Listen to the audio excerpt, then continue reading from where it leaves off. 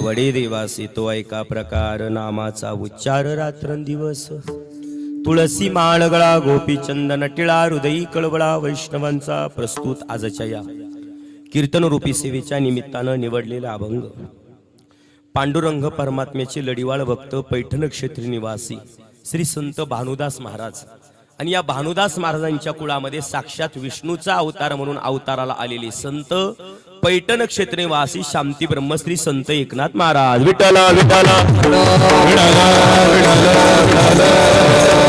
एकनाथ महाराजांच्या गाथ्यातील देवाची आवड सांगणारा अभंग आहे। खऱ्या अर्थानं तुकोबरायांचा गाथा ते गोड अभंग आहे, सगळ्यांच्या पाठ्यातील परिचयातील। तुकोबराय म्हणले आपुला तो एक देव करून घ्यावा तेने विना जीवा। तुकोबराय म्हणतात जोपर्यंत आपल्या जीवनामध्ये आपण आपला स्वतःचा एक देव करत नाही तोपर्यंत सुखाची प्राप्ती नाहीये बाबा। पण एकनाथ महाराज म्हणले ज्या देवाला आपलं असं करायचंय प्रथम त्या देवाला काय आवडतं त्याची आवड कळली का तो आपला व्हायला वेळ लागत नाही। विठ्ठल म्हणून सेवेकरता निवडलेल्या अभंगामध्ये भगवान श्री एकनाथ महाराज आज खऱ्या अर्थानं जगाचा मालक जो जगदाधार रुक्मिणी प्राण संजीवन पांडुरंग परमात्मा त्याला काय आवडतं त्याच्या आवडीची यादी देत आहे। नव्हे तर 28 युगापासून उभा असणारा पांडुरंग परमात्माच नाही तर या जगातल्या पाठीवरती आपल्या हिंदू धर्मातलं कोणतंही दैवत असू द्या त्या दैवताला काय आवडतं त्याच्या आवडीचा आजचा अभंग। विठ्ठला विठ्ठला एक भक्त खऱ्या अर्थाने एकनाथ महाराजांकडे गेला, महाराज तुमच्या देवाला काय आवडतं? महाराज म्हणले आमच्या देवाला आवडणारी पहिली गोष्ट आवडे देवास तो ऐका प्रकार नामाचा उच्चार रात्रंदिवस। आमच्या देवाला आवडणारी पहिली गोष्ट नामाचा उच्चार रात्रंदिवस। महाराज तुमच्या देवाला फक्त नामाचाच उच्चार तो आवडतो का? महाराज म्हणले नाही, त्याला आवडणारी दुसरी गोष्ट आवडे देवासी तो ऐका प्रकार तुळसी माळ गळा, त्याला तुळशीची माळ आवडते। महाराज तुमच्या देवाला नामाचा उच्चार तुळशीची माळ एवढंच आवडतं? महाराज म्हणले नाही, त्याला आवडणारी तिसरी गोष्ट आवडे देवासी तो ऐका प्रकार गोपी चंदन टिळा। महाराज तुमच्या देवाला नामाचा उच्चार तुळशीची माळ गोपी चंदन एवढंच आवडतं? महाराज म्हणले नाही, त्याला आवडणारी चौथी गोष्ट आवडे देवासी तो ऐका प्रकार हृदयी कळवळा वैष्णवांचा। आणि महाराज म्हणले आमच्या देवाला फक्त नामाचा उच्चार तुळशीची माळ गोपी चंदन वैष्णवाविषयी प्रेम एवढंच आवडत नाही, मग आवड देवाला आवडणारी पाचवी गोष्ट आषाढी कार्तिकी मेंढीची वारी। असंच का? नाही ना, पंढरीची वारी। महाराज म्हणले शपथ घेऊन सांगतो साधन निर्धारी आन नाही, आणि ज्याच्या जीवनामध्ये नामाचा उच्चार तुळशीची माळ गोपी चंदन वैष्णव कृष्ण आषाढी कार्तिकी पंढरीची वारी आहे एका जनार्दनी ऐसा ज्याचा नेम तो देवा परम पूज्य जगी अभंगाचा सरळ अर्थ। विठ्ठला विठ्ठला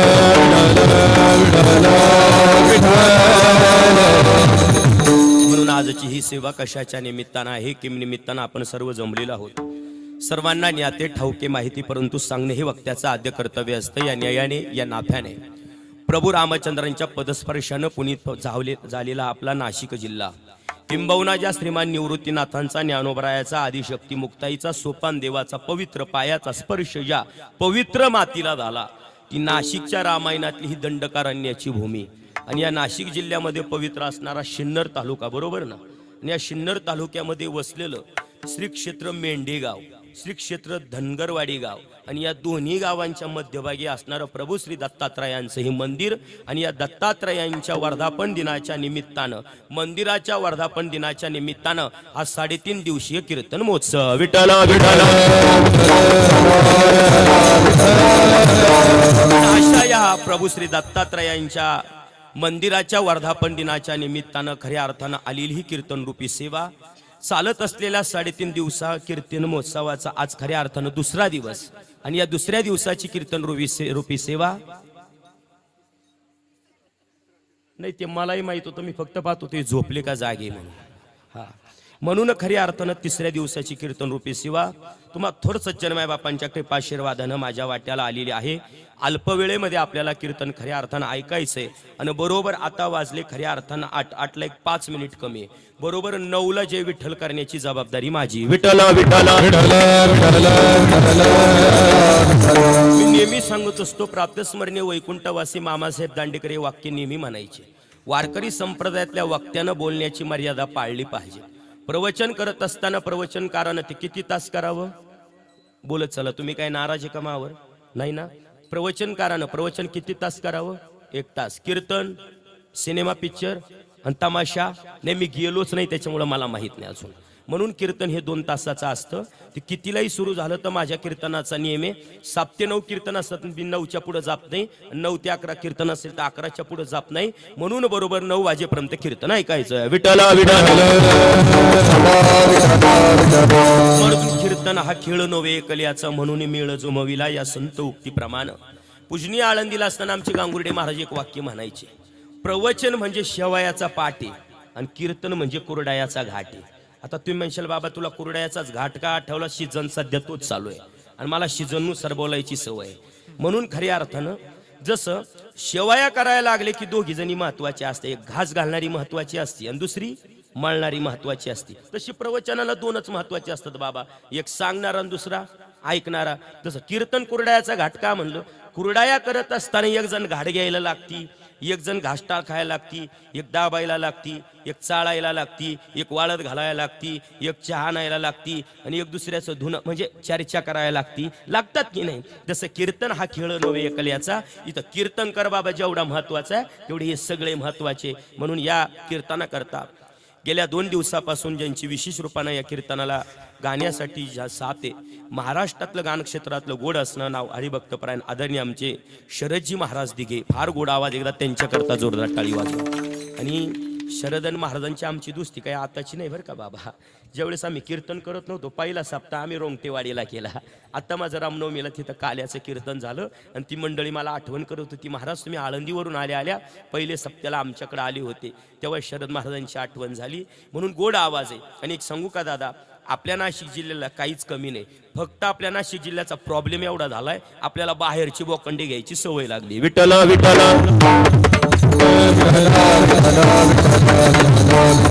त्यांच्याच तोला मुलाची खऱ्या अर्थानं ज्यांनी सुंदर अशी पहिली चाल गायली ते महाराष्ट्रातल्या आपल्या नाशिक जिल्ह्यातलं गान क्षेत्रातलं गोड असा आवाज आदरणीय आमचे आकाश महाराज आव्हाड आहे. आकाश महाराजांना या ठिकाणी वंदन, त्यांच्याकरता जोरदार टाळी. नाही मी थोडंसं आता गायक वादकांची नावं घ्यायला कन्फ्यूज होतो महाराज, कारण पत्रिकेवरती एकाचा असतं आणि उभा भलताचा असतो. म्हणून खऱ्या अर्थानं आदरणीय आमचे आकाश महाराज आहे, त्यांनाही वंदन. गोड ज्यांची मृदुंगावरती थापे, गोड मृदुंगावरती ज्यांचा गोड हात आहे ते आदरणीय हरिभक्तपरायण सचिन महाराज गीते. मला वाटतं आपली पहिलीच भेट ना, काय याच्या आधी नाही ना? सचिन महाराज आहे, म्हणून महाराजांना गोड वंदन आणि गोड हाते महाराज. एक सांगू का, वादकानं त्याला काय वाजवता येतं याच्यापेक्षा समोरच्याला काय पाहिजे हे वाजवता ज्याला आलं तो खरा मृदुंगाचारी आहे. म्हणून आदरणीय महाराजांचा गोड हाते शांततेत वाजवणे आणि सध्या वाजवण्याच्या ऐवजी संप्रदायात बडवणं सुरू झालंय. म्हणून खऱ्या अर्थानं त्यांचं गोड वाजवणे ज्ञानोबरायांनी ती देणगी त्यांना दिलेली, त्यांना वंदन आहे. त्याचप्रमाणे खऱ्या अर्थानं दोन्ही सोबदार गोडे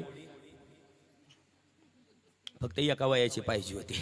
हा पण बरे चांगली महाराज गोडे. नाही तर काही काही बाबा ठिकाणी असे चोपदार असतात की त्यांना हाताला धरून आम्हालाच घेऊन जावं लागतं. असे चोपदार पण दोन्ही चोपदार गोडे, दोघांनाही वंदन. इकडे खऱ्या अर्थानं तुळशीवाले आईसाहेब उभे आहे, आपल्यालाही वंदन. खऱ्या अर्थानं इकडे विनेकरी बाबा आहे, बाबा आपल्यालाही वंदन. आणि सगळे वारकरी शिक्षण संस्थेतले विद्यार्थी ज्यांच्या मार्गदर्शनानं हा सोहळा पार पडतोय ते आपल्या नाशिक जिल्ह्यामध्ये कीर्तन क्षेत्रामध्ये ज्यांचं मोठं नाव आहे त्या आदरणीय हरिभक्तपरायण आपल्या गावचं भूषण, आपल्या तालुक्याचं जिल्ह्याचं भूषण आमचे राहुल महाराज डोंबरे. खऱ्या अर्थानं ते जरी नसले पण त्यांचे विद्यार्थी सगळे उपस्थित आहे, त्यांनाही वंदन. त्याचप्रमाणे त्यांचं यूट्यूब चॅनल या ठिकाणी उपस्थित आहे, त्यांनाही वंदन. आणि विशेष रूपानं या कार्यक्रमाला सगळे रंग भरण्यासाठी आहे पण खऱ्या अर्थानं ज्यांचा गोड साऊंड आहे ते आदरणीय आमचे राहुल दादा थोरात पंचाळे यांच्याकरता जोरदार टाळी वाजवा. बऱ्याच वेळा असं होतं, बऱ्याच साऊंडवाल्यांक भले भले मटेरियल असतं, मॉनिटर मोठमोठे असतात, डेक मोठी मोठे असतात, पण कोणाचा आवाज वाढवायचा आणि कोणाचा कुठं सोडायची याची अक्कल अजिबात नसते. पण खऱ्या अर्थानं दादा मला लई आवडलं. आता परवा माझं कीर्तन एका गावाला होतं, मी नाव नाही सांगत, उगा त्याचा पाहुणा निघाला तर मला वैताग. हा इतकं गोड साऊंड, पण त्या गायकाचा आवाज मला यायचा आणि मग आवाज त्यांना जायचा. ही देवाने एक कला दिलेली दादा साऊंड ऑपरेटिंगची. आणि कसाही साऊंडवाला असला दादा, मी 3 टाइम सांगतो जास्तीत जास्त, असं कर तसं कर. तिसऱ्यांदा मनासारखं नाही मिळालं तर आपणही डोकं नाही लावत जास्त. काय महाराज, कुणाचा 4 चौघामध्ये अपमान करू कीर्तनकाराला काहीच मिळत नाही. म्हणून जे असेल त्या परिस्थितीमध्ये आपण कीर्तन केलं पाहिजे. आणि बाबा पूर्वीच्या काळी कीर्तनाला या साऊंड सिस्टीमवर माईक होते. मला आठवते मी आळंदी सोडल्यानंतर पहिलं कीर्तन अशा टांगलेल्या माईकवरती केलेलं आहे. म्हणून आता हे आलं, विज्ञान प्रगत झालंय. म्हणून साऊंडवाले दादा आपल्यालाही वंदन. विशेष रूपानं या सप्ताहामध्ये आज ज्यांची अन्नदानाची सेवा आहे ते आदरणीय सीताराम गणपत गीते त्यांच्याकरता जोरदार टाळी वाजवा. एकच सांगेल मी गड्या, किती या सप्ताहामध्ये अन्नदान केल्याचं मोठे पुण्य. बाबा पुण्य इतकं मोठं आहे, संतांनी प्रमाण दिलं.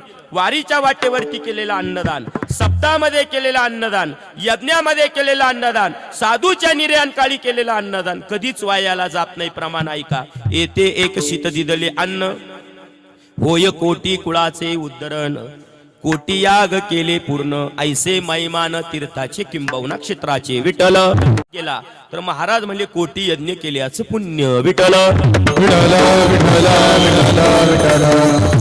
आणि विशेष रूपानं जसं ज्यांचं अन्नदान आहे तशीच आज ज्यांची संत सेवा आहे त्यांचं नाव मला घेणं महत्वाचं आहे. कारण माझं घोंगडं त्यांच्याकडे अटकलंय. म्हणून असे असणारे गोविंद सुखदेव गीते त्यांना या ठिकाणी वंदन. त्यांनी संत सेवा घेतली. दादा आपल्यालाही वंदन. सगळ्यांना वंदन करून अभंगाकडे वाटचाल. विठ्ठल सेवेकरता घेतलेला अभंग पैठण क्षेत्रनिवासी शांती ब्रह्मश्री संत एकनाथ महाराजांचा आहे. बाबा जगाच्या पाठीवरती आपण जर वारकरी संप्रदायातल्या संतांची यादी जर बघितली तर वारकरी संप्रदायामध्ये प्रत्येक जाती कुळात जेवढे संत झाले तेवढ्या कुण्या संप्रदायात नाही. विठ्ठल विठ्ठल किती संत झाले. प्रसंग असा घडला, पंढरपूरला पांडुरंगाच्या मंदिरामध्ये पांडुरंगासमोर भगवान श्री नामदेवरायाचं कीर्तन चालू आहे. आणि बाबा नामदेवरायाचं कीर्तन चालू असताना ज्ञानोबा, निवृत्तीनाथ, सोपानदेव, मुक्ताबाई आई साहेब सगळे कीर्तनाकरता टाळ घेऊन उभे राहिले. आणि कीर्तन थोड्या वेळानं संपलं. कीर्तन संपल्यानंतर सगळी संत मांद्याळी मंदिराच्या बाहेर आली आणि पुन्हा आपल्या वाटेला जाऊ लागली. जाता जाता भगवान श्री ज्ञानोबा एक दृष्टांत पाहायला मिळाला की सगळे संत कीर्तनामध्ये 8 टाळ घेऊन उभे होते, पण 3 संत मंदिराच्या बाहेर बसलेले होते. ज्ञानोबा 3 संतांजवळ गेले. सांगितलं का हो, अहो तुम्ही तिघी संत आहात, तुम्ही मंदिरात आलं पाहिजेत, टाळ वाजवला पाहिजेत, भजन म्हणलं पाहिजेत, अभंग म्हणलं पाहिजेत, पावल्या खेळल्या पाहिजेत, प्रमाण म्हणलं पाहिजेत. तुम्ही कीर्तना करता आत न येता बाहेर का बसले? 3 संतांनी सांगितलं ज्ञानोबराय आम्हालाही वाटतं कीर्तनात यावं, टाळ वाजवावा, भजन म्हणावं, प्रमाण म्हणावं, आम्हाला वाटतं देवाचं दर्शन घ्यावं. पण ज्ञानोबराय मंदिरात येण्याकरता एक गोष्ट आडवी येते आणि ती आमची जात. विठ्ठल विठ्ठल ज्ञानोबरायने विचार केला की जर देवाच्या दारातही जरी जात आडवी येत असेल, ऐकताय ना तुम्ही सगळे, देवाच्या दारातही जर जात आडवी येत असेल तर ही जात संपवली पाहिजे.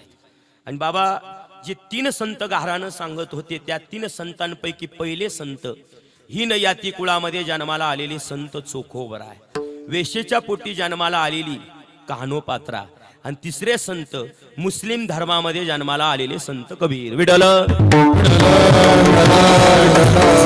ज्ञानोबराय म्हणले काळजी करू नका, तुम्हाला मंदिरामध्ये येण्यासाठी प्रवेश नाही, जात आडवी येते, काळजी करू नका. उद्याच्या कीर्तनामध्ये तुम्ही 3 संत टाळी घेऊन उभं राहाल, ही जबाबदारी माझी. आणि ठरलं बाबा. दुसऱ्या दिवशी नामदेवरायाचं कीर्तन सुरू होणार. तितक्यात ज्ञानोबराय मंदिरात जाऊन पोहोचले आणि नामदेवरायाचा हात धरला. नामदेवराय म्हणजे काय झाले, आजचं कीर्तन आपल्याला पंढरपूरच्या पांडुरंगाच्या रावळात नाही करायचं, मग आजचं कीर्तन आपल्याला चंद्रभागेच्या वाळवंटात करायचं आहे. नामदेवराय म्हणले माऊली, देव इकडं, कीर्तन तिकडं, मंदिर इकडं, भजन तिकडं, देवाशिवाय कुठं कीर्तनाला शोभा वय? नामदेवराय मी सांगतो म्हणून ऐका, आजचं कीर्तन जर चंद्रभागेच्या वाळवंटात जर झालं नाही तर वारकरी संप्रदाय हा जगविख्यात संप्रदाय कधीच होणार नाही. विठ्ठल विठ्ठल आणि होतं आकाश महाराज, शरद महाराज पूर्वीच्या काळी होतं असं. एका संतांनी सांगितले की दुसरे संत ऐकायचे, एका कीर्तनकारानं सांगितलं की दुसरा कीर्तनकार ऐकायचा, एका गायकानं सांगितलं की दुसरा गायक ऐकायचा. आता एवढी चढाओढ एकानं बोललेलं बरं. विठ्ठल ऐकलं बाबा. नामदेवरायानं जसा गळ्यात विना घेतला पंढरपूरच्या चंद्रभागेच्या वाळवंटात हजारांत कीर्तन सुरू झालं. ज्या 3 संतांना कीर्तनामध्ये टाळ घेण्याचा अधिकार नव्हता, ज्ञानोबरांनी जगातली पहिली क्रांती केली आणि 3 संतांच्या गळ्यात टाळ टाकला. लोक म्हणतात या सरकारनं जातीवाद संपवला आणि त्या सरकारनं जातीवाद संपवला, पण जगाच्या पाठीवरची 750 वर्षापूर्वी जगातला पहिला जातीवाद संपवणारे माझे ज्ञानोबरा. विठ्ठल विठ्ठल बाबा, दृष्टांत माझा संपलाय, मला सिद्धांत एवढाच द्यायचा आहे. वारकरी संप्रदायामध्ये जेवढी संत मांदियाळी होऊन गेली, त्या प्रत्येक जाती कुळात संत झाले का? तो वारकरी संप्रदाय एका जातीपुरता मर्यादित न राहता सगळ्या जाती धर्मामध्ये तो मोडला गेला पाहिजेत आणि सगळे भक्तगण पांडुरंगाच्या वारीसाठी आले पाहिजेत. म्हणून त्याच उच्चवर्णीय ब्राह्मण कुळामध्ये जन्माला आलेले पैठण क्षेत्र निवासी शांती ब्रह्मश्री संत एकनाथ महाराज आणि आज त्यांचा सेवेकरता अभंग. विठ्ठल विठ्ठल. प्रसंग एकदा काय घडला, 3 देवांच्या पत्न्या, एका देवाचं नाव ब्रह्मा, दुसऱ्याचं महेश आणि विष्णू, तिघांच्या पत्नी एकत्र आल्या. भगवान श्री भोलेनाथाची पत्नी, तिचं नाव आईसाहेब पार्वती. भगवान ब्रह्मदेवाची पत्नी, तिचं नाव बाबा सावित्री. आणि भगवान विष्णूची पत्नी, तिचं नाव लक्ष्मी. तिघी एकत्र आल्या. आणि मी नेहमी सांगत असतो, 100 माणसं एकत्र आले का गप बसतील, पण 10 कुरड्या आल्या का गप नाही बसणार. काही ना आता कळेल, काही ना घरी गेल्यावर कळेल, नाही कळलं तर लय मानाव घेऊ नका. विठ्ठल विठ्ठल. तिघी एकत्र आल्यानंतर एवढी चर्चा रंगली, एवढी चर्चा रंगली, आणि चर्चा रंगता रंगता विषय आला तो पतिव्रतेवरती. त्या विष्णू, भगवान विष्णूच्या पत्नीने सांगितलं, का ग, काय खरंच आपलं या जगात भाग्य आहे म्हणले. या जगाच्या पाठीवरती आपण तिघी जणी एवढ्या भाग्यवाने का आपल्यासारख्या या जगात पतिव्रता म्हणले कोणी नाही, आपल्यासारखी भाग्यवान बाया कोणी नाही म्हणले. तिघींची चर्चा देवर्षी नारदांना ऐकली. आणि देवर्षी नारद तिथं आले, म्हणले काय म्हणत्या, पतिव्रता कोणी नाही? अगं तुमच्यापेक्षा या जगात श्रेष्ठ पतिव्रता आहे. म्हणले कोण? अहो तुमच्यापेक्षा जिचं पातिव्रत्य मोठं आहे, जिची साधना मोठी आहे, ती पतिव्रता असणारी अत्रि ऋषींची पत्नी, तिचं नाव अनुसया. विठ्ठल. बाईचा स्वभाव आहे बाबा, स्वतःला चांगले म्हणलेलं खपतं पण दुसऱ्याचं खपत नाही. गंमत अशी घडली, एकानं जेवायला सांगितलंय, वाढ मला जेवायला. तिनं जेवायला वाढलं. काय म्हणले, चवाची भाजी केलीला चव आहे का, फेक तिकडं. ती म्हणली काय म्हणले, चवाची भाजी मी केली. मग ते म्हणलं नाही, मग भाजी गोड आहे. दुसऱ्या दिवशी पुन्हा जेवायला बसलं, ताटात भाजी आली. ते म्हणलं वा वा वा वा, किती गोड भाजी आहे, या भाजीसारखी या जगात चव नाही. ती म्हणली ओ, कालच्या भाजीला नाव ठेवत होते, आजच्या भाजीचं कौतुक करतात. म्हणलं किती गोड भाजी, ती भाजी माझी नाही, ती शेजारणीची. दृष्टांत कळाला, ज्यांना कळल त्यांना कळल, काय ना जेवल्यावर कळल. विठ्ठल विठ्ठल. स्त्रीचा स्वभाव आहे बाबा, दुसऱ्याला चांगलं म्हणलेलं खपत नाही. आणि ऐका पुढं, 3 बायांना राग आला आणि तिघींनी सांगितलं, जर आमच्यापेक्षा जर श्रेष्ठ पतिव्रता ती मृत्यू लोकात असेल, तिचं काय करायचं आम्ही पाहू. तिघींनी आपल्या आपल्या भगवान विष्णूच्या वैकुंठाला गेली, एक कैलासावरती, एक ब्रह्मलोकाला गेली. तिघी रुसून बसल्या, तिघींचे मालक आले. तिघांनी पाहिलं काहीतरी आज गडबड आहे. आणि गडबड झाल्यानंतर तिघही जवळ गेले. काय झालं? काय नाही म्हणले, आमच्यापेक्षा कोणीतरी या मृत्यू लोकात श्रेष्ठ पतिव्रता आहे आणि नाव काहीतरी तिचा अनुसया आहे. म्हणले मग तिचं पातिव्रत्य तुम्हाला तिघांना जाऊन या मृत्यू लोकात भंग करायचं. तिने आतापर्यंत जेवढी साधना केली असेल सगळी साधना भंग करून टाकायची. 3 जगाचे मालक. तिघांनी ऐकलं, तेव्हापासून ऐकण्याची पद्धत आहे. विठ्ठल. ऐकलं बाबा. 3 जगाचे मालक भगवे वस्त्र धारण केले, गळ्यात झोळ्या घातल्या, मृत्यू लोकात हजर झाले. दारावरती आले अनुसयेच्या आणि आवाज दिला, भिक्षाम देई, भिक्षाम देई. म्हटल्यानंतर अनुसया मातेनं पाहिला, अरे आज खऱ्या अर्थानं एवढ्या ब्रह्ममुहूर्ताच्या आधी कोण 3 साधू आले. 3 आवाज आले, भिक्षाम देई, भिक्षाम देई, भिक्षाम देई आवाज आले. रोज तर एकच साधू येतोय. घराचा कुटीचा दरवाजा बाजूला केला आणि आज दारावरती एक नाही तर 3 साधू उभे. दारावरती आलेल्या साधूला प्रश्न केला अनुसया मातेनं, साधू महाराज, रोज माझ्या दारावरती वेगळे साधू येतात, पण आपण आज आलेले साधू मी तुम्हाला ओळखत नाही, तुम्हाला भिक्षा काय द्यावी हे तुम्ही सांगा. साधू महाराजांनी सांगितलं, आज तुझ्याकडून भिक्षा पाहिजेत, पण आज थोडी वेगळ्या प्रकारची भिक्षा पाहिजे. अनुसया आईसाहेब घरात गेल्या आणि घरात गेल्यानंतर सांगितलं मी आत्ता गेले आणि भिक्षा घेऊन आले. वाटलं की रोजच्या साधूला आपण वेगळी भिक्षा देत होतो, आज यांना थोडी वेगळी देऊया. भिक्षा घेऊन हातात आल्या. दारावरती तिन्ही साधूंना सांगितलं झोळी पुढं करा. तिन्ही साधूंनी सांगितलं नाही, ही भिक्षा तुझ्याकडून नको. मग ए अनुसये, आज तुझ्याकडे आम्ही भिक्षा मागण्याकरता आलोय. आज तुझी खरी परीक्षा आहे. भिक्षा जर द्यायची असेल तर एक काम कर, भिक्षा देत असताना तुला विवस्त्र होऊन भिक्षा द्यावी लागेल. विवस्त्र, विवस्त्र या शब्दाचा अर्थ भिक्षा वाढत असताना अंगावरती कुठल्याही प्रकारचं वस्त्र ठेवायचं नाही, कपडा ठेवायचा नाही, वस्त्र बाजूला करायचं आणि भिक्षा वाढायची. आईसाहेब अनुसयेनं विचार केलाय, आतापर्यंत पती सोबत जी एक निष्ठता ठेवली होती, वस्त्र जर बाजूला केलं तर पातिव्रत्य भंग होईल. आणि साधू जर दारातून उपवाशी गेला तर साधू विनमुख गेल्याचं पाप माथी लागेल. विठ्ठल विठ्ठल.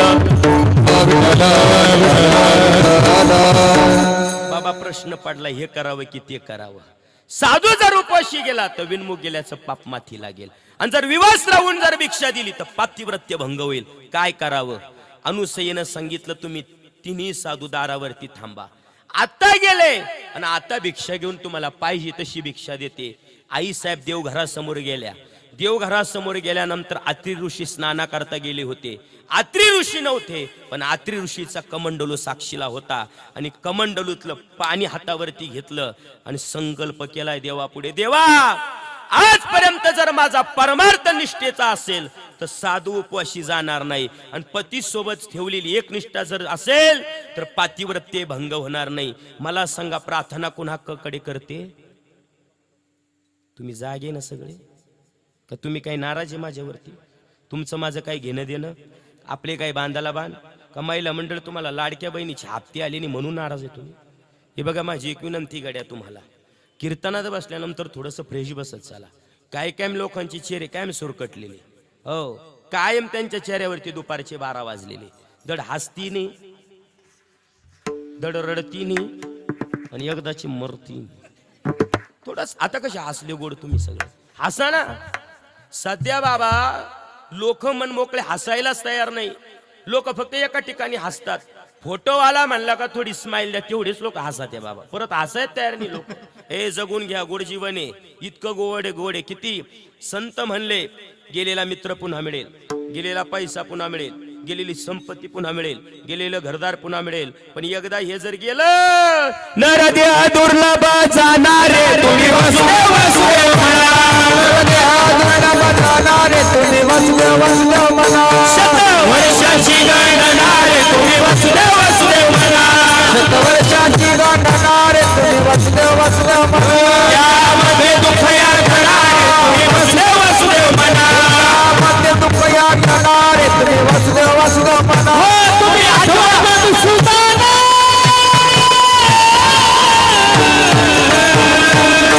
तुम्ही वसुदेव, तुम्ही वसुदेव, तुम्ही वसुदेव वसुदेव म्हणा, तुम्ही वसुदेव वसुदेव म्हणा, तुम्ही वसुदेव वसुदेव म्हणा, वसुदेव वसुदेव म्हणा, तुम्ही वसुदेव वसुदेव म्हणा रे, तुम्ही वसुदेव वसुदेव म्हणा, तुम्ही वसुदेव वसुदेव म्हणा रे, तुम्ही वसुदेव वसुदेव म्हणा.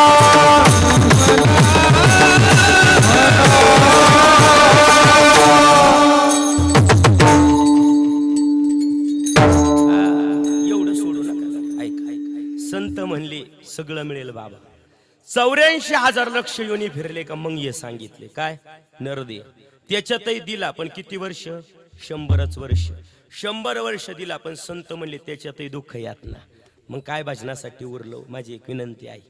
हे बघा, मस्त कीर्तनाला आले का घरचा लोड सोडून देत जा थोडासा. बघा बाबा, कीर्तनासारखी या जगात शांतता कुठंच नाही, कुठंच नाही. एवढी संयमी शांतता कुठंच नाही. सांगू उदाहरण, ऐका. घरी बसा तुम्ही कधीतरी 1-2 तास अशी रिकामं बसायचं, बसून पाहायचं. एक दिवस रिकामं बसलं की डोक्यात सारखं प्रश्न येतो. आज पाणी भरायचंय, गुराला चारा टाकायचा, दूध घालायचंय, पोराला शाळेत नेऊन, येतं की नाही? पण मला सांगा, 7 वाजेपासून तुम्ही सगळे इथं बसले, काय लेट आले हा भाग पुढचा आहे. 7 वाजेपासून इथं बसले, पण 7 वाजेपासून आता 7:15 वाजले. किती जणांच्या मनामध्ये कीर्तन सुरू झाल्यापासून घरचा विचार चालू, बोटवर करा बरं. आहे एवढी शांतता बाबा कुठं? डोक्याला शांतता देणारं ठिकाण म्हणजे कीर्तन आहे. आणि माझी एक विनंती आहे, का कीर्तनात आनंदित बसायचं, का फ्रेश बसायचं? आई 3 वर्षापूर्वी एक आजार आला होता. काय नाव त्याचं? बोला बोला, काय नाव त्याचं? महिला मंडळ आवाज, काय नाव त्याचं? काय म्हणशील महाराज त्या मुडद्याचं नाव नको घेऊ. बसू देत नव्हता, खाऊ देत नव्हता, फिरू देत नव्हता, उठू देत नव्हता, फोनवरती बोलू देत नव्हता, वर्ष श्राद्धाला जाऊ देत नव्हता, सप्त्याला जाऊ देत नव्हता, दाव्याला जाऊ देत नव्हता, शेजारीच्या कुटाळ्या करायला जाऊन देत नव्हता. बरोबर ना? मला एक सांगा, कोरोनाच्या काळात देवानं किती लोक नेले? आकडा आहे तर कोणाकडं नाही. गणिती भाषेत ज्याचा आकडाच निघत नाही, ज्याचं मूल्यमापन होत नाही, त्याला बाबा आमाप म्हणतात. कोरोनाच्या काळात देवानं आमाप लोक नेली. पण ऐका कीर्तनाला का आनंदित, का फ्रेश, का हसतमुख बसायचं. भयंकर कोरोनाच्या 3 लाटा निघून गेल्या. जगाच्या मालकानं भली भली माणसं नेली, पण भयंकर कोरोनाच्या 3 लाटा निघून गेल्यानंतर आजपर्यंत त्या जगाच्या मालकानं तुमच्या आणि माझ्या केसाला धक्का लागू दिला नाही, हात्यानं केलेला उपकार. म्हणून संत म्हणले, जेने हा जीव दिला दान, तयाचे करीन चिंतन. ज्या देवानं इतका सुंदर नरदेह दिलाय, त्याच्या भजनामध्ये कीर्तनात आनंदित बसा. विठ्ठल विठ्ठल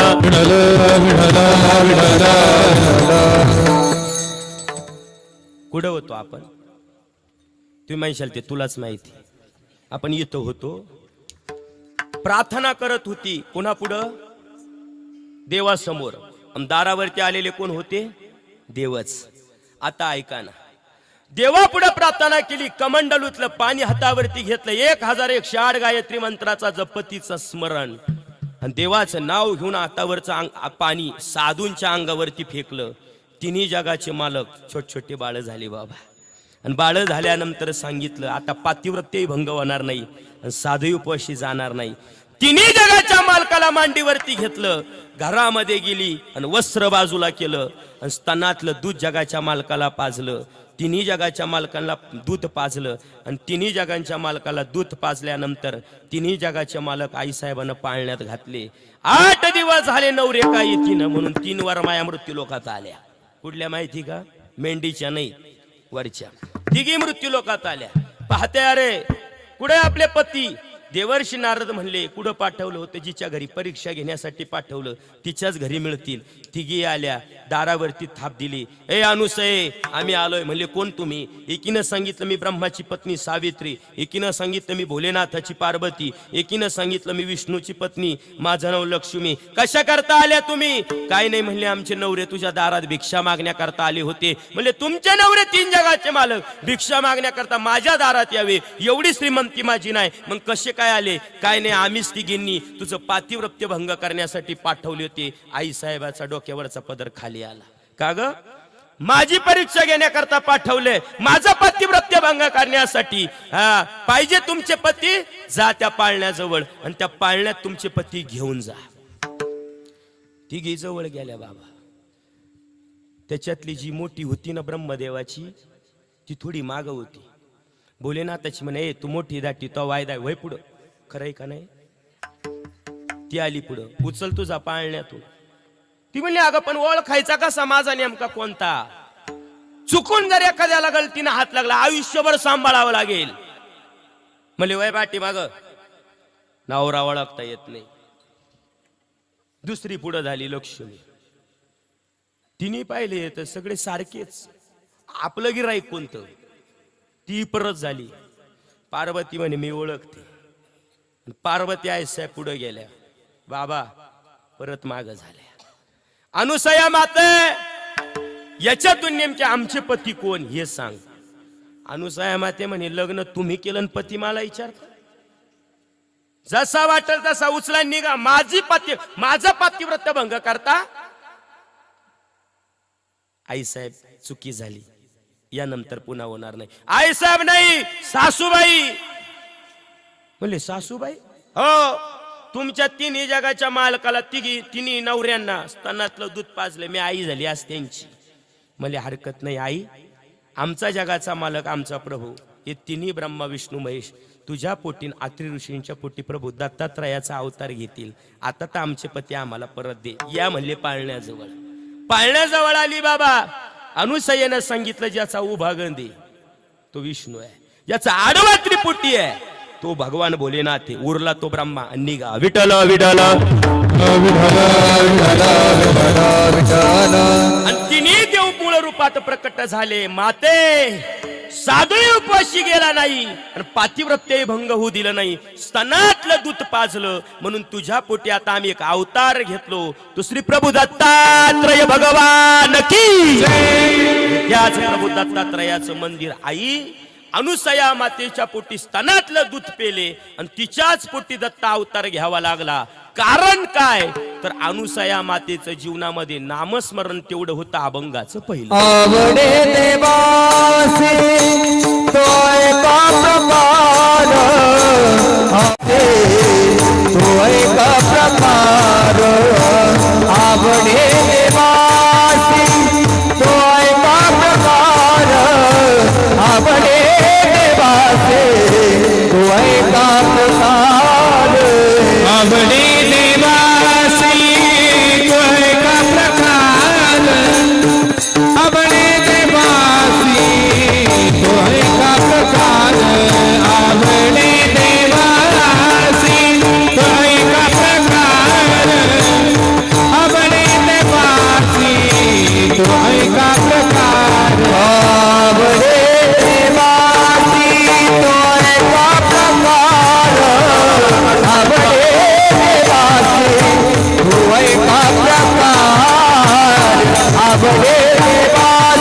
आवडे देवासी तो एका प्रकार आवडे देवासी तो एका प्रकार आवडे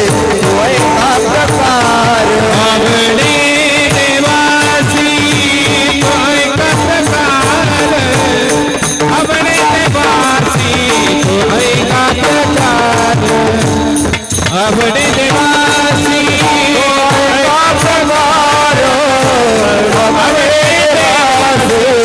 एका प्रकार आवडे देवासी तो एका प्रकार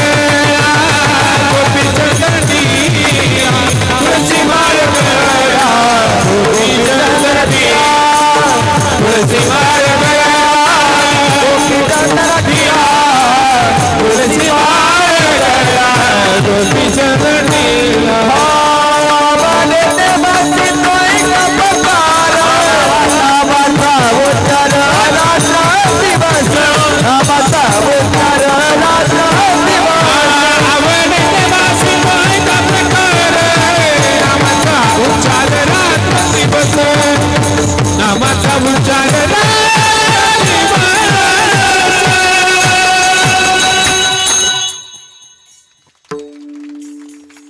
टाळ्या वाजवाय तरी नका टाळाटाळ करू. लोक इतके लाभाडे का टाळीचा फायदा सांगितल्याशिवाय टाळ्याच वाजवाय तयार नाही. आता एक लक्षात घ्या, टाळीचा पहिला फायदा परमार्थातला ऐका कोणता. संत म्हणले कीर्तनात जर टाळी वाजवली, कीर्तनात टाळी होय पातकाची होळी, जीवनातलं सगळं पाप बाबा बदलून निघून जातं, जळून जातं. आणि दुसरा विज्ञानाचा फायदा, सायन्स विज्ञान सांगतं आपल्या हातावरती अशा काही रेषा आहे, त्याच्यातली एक रेषा अशी ती दुसऱ्या रेषेला चिटकली का घरात लवकर लक्ष्मी पळत येते. मग आता लक्ष्मी जर लवकर यावा असे वाटत असेल तर दोन्ही रेषा एकाच गोष्टीमुळे येऊ शकतात. टाळी वाजवली का त्या लवकर जवळ येतात. आलं आलं आलं आलं लक्षात तुमच्या.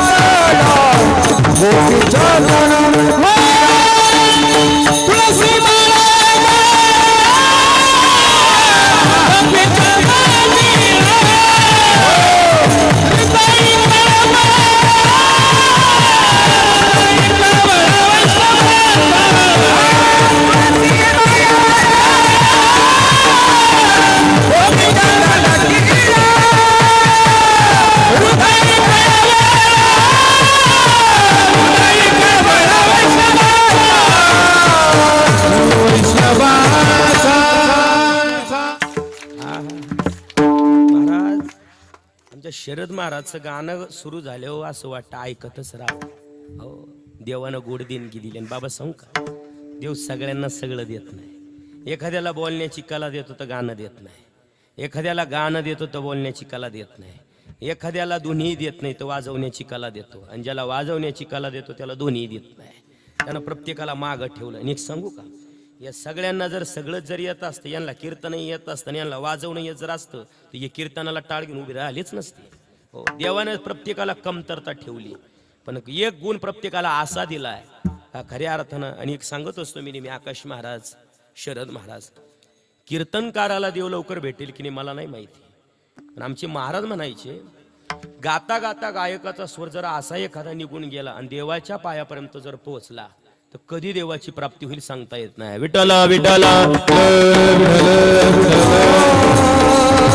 विठ्ठल. म्हणून महाराजांनी अभंगामध्ये देवाला आवडणारा दुसरा शब्द सांगितला, तुळसी माळ गळा. आई प्रसंग असा घडला की एक दिवस भगवान श्री देवर्षी नारद कृष्ण परमात्म्याच्या नगरीमध्ये गेले. देवा फार दिवस झाले भेट नाही गाठ नाही, फार तुमचं नामस्मरण केलं, फार आठवण आली. देवर्षी सांगा ना मी काय करू. काय नाही देवा, फक्त एवढंच म्हणणे, एक 2-4 दिवसाकरता माझ्या घरी चला ना. देव म्हणले हरकत नाही. अरे मला ते लय प्रिय, इतकं प्रिय, इतकं प्रिय, किती प्रिय, ज्या सुखा कारणे देव वेडावला, या सुखा कारणे देव वेडावला. हो वैकुंठ सोडून संत सजली राहिला. वा वा वा. हो वैकुंठ सोडून संत सजली राहिला. हा ज्या सुखा कारणे देव वेडावला. या सुखा कारणे देव वेडावला. हो वैकुंठ सोडून संत सजली राहिला. हो वैकुंठ सोडून संत सजली राहिला. वैष्णव सदन धन्य धन्य वैष्णव सदन धन्य धन्य वैष्णव सदन धन्य वैष्णव सदन. तेथे लक्ष्मी सहित शोभे नारायण. लक्ष्मी सहित शोभे नारायण. तेथे लक्ष्मी सहित शोभे नारायण. तेथे लक्ष्मी सहित शोभे नारायण. कारणे देव वेडावला. हो कारणे देव वेडावला. वैकुंठ सोडून संत सजली राहिला. वैकुंठ सोडून संत सजली राहिला. वा वा वा वा. महाराज देवानं सांगितलं अरे माझी तिथं आवडती जागा आहे, चला मी लगेच येतो. म्हणले मला भक्ताचं घर लय प्रिय या वैकुंठापेक्षा. लगेच निघाले बाबा. बरोबर 8:30 वाजले होते आणि टपकन लगेच देवर्षी नारदाच्या वाड. ऐकताय तुम्ही सगळे, ऐका आता. आणि प्रसंग असा घडला की 8 दिवस झाले आपले मालक काही येतील म्हणून 16,108 बायांचा गागाट उठला. म्हणजे कुठे नेमके आपले जगाचे मालक, आपला देव कुठे, आपले कृष्ण परमात्मा कुठे. सगळीकडे लगेच सुरुवात झाली. मग बातमी कळाली भगवान श्रीकृष्ण परमात्मा 8 दिवसापासून देवर्षी नारदांच्या घरी. तिथून 16,108 जणींचा मोर्चा निघाला देवर्षी नारदाच्या घरी. ओ देवर्षी बाहेर या, बाहेर या. आता त्या अशाच बोलत आहे ना, कोण ते भांडणाऱ्या बाया ते भांडत होते ना महाराज. हे बघा मी एक वाक्य नेहमी सांगत असतो, आमचे पूजनीय महाराज म्हणायचे कीर्तनकाराला दृष्टांत जसाची तसा रंगून सांगता आला पाहिजे, त्या दृष्टांतातला रस जसाची तसा वसता आला पाहिजे. बाबा नवरस सांगितले. गवळण सांगत असताना कीर्तनकारानं ती शृंगार रसात सांगितली पाहिजे. एखादा करुणापर एकदा गंभीर प्रसंग चालू आहे तो करुण रसात सांगितला पाहिजे. एखादा विनोदी दृष्टांत तो विनोद शैलीतच मांडला पाहिजे. आणि या महाराष्ट्राच्या छत्रपतीचं चरित्र सांगायचं असेल तर शास्त्र सांगतं ते वीर रसातच सांगितलं गेलं पाहिजे. वीर रस म्हणजे कसं ऐकायचंय 2 मिनिटं, उद्या चांगलं दानक्यात ऐकायला मिळेल, पण आज थोडंसं ऐकून जा. वीर रस म्हणजे काय, छत्रपतींचं चरित्र सांगायचं असेल बाबा तर त्याला वीर रस अनुरूपी. वीर रस म्हणजे काय ऐका. या महाराष्ट्रामध्ये वयाच्या 16व्या वर्षी हिंदवी स्वराज्याची शपथ घेणारा एक राजा झाला. राजाने 18 पगड जातीतील 12 बलुतेदारांना सोबत घेतलं. रायेश्वराच्या मंदिरात गेले, रक्ताचा अभिषेक केला आणि पृथ्वी स्वराज्याची शपथ घेतली. अरे या महाराष्ट्रामध्ये, या हिंदुस्थानामध्ये जे हिरवं फडकत होतं, ते हिरवं फडकत खाली पाडून भगवा द्वार उभा राहावा ही त्या राजाची, त्या आईची इच्छा होती. म्हणून आईच्या स्वप्नासाठी मुघलांच्या छातडात भगवा रोवणारा एक राजा झाला. राजानं वयाच्या 16व्या वर्षी महाराष्ट्रामध्ये तोरणा नावाचा गड जिंकला आणि तोरणा नावाचा गड जिंकून या महाराष्ट्राचं तोरण बांधलं. त्या राजाचं नाव शिवछत्रपती शिवाजी महाराज. त्याला वीर रस म्हणतात. आणि हे जर असं सांगितलं तर बाई छत्रपती शिवाजी महाराज आले गोड्यावर, पहिला तुला कापाय पाहिजे होता. रस आहे बाबा. 16,108 जणी भांडायला गेले. अ देवर्षी मालक कुठे आमचं? म्हणले काय तुम्हाला काय पट्ट का? 16,108 जणींचा प्रपंच वाऱ्यावरती सोडलाय आणि आमचा नवरा इकडे घेऊन आले, परत द्या. देवर्षी म्हणे प्रेमात मागितलं असतं तर तत्काल मिळालं असतं. एवढी उग्राउग्रीची भाषा आपल्याला नाही सोनवर. आपण बिना लग्नाची म्हणले, आपल्याला बाईचं ऐकायची जास्त सवय नाही.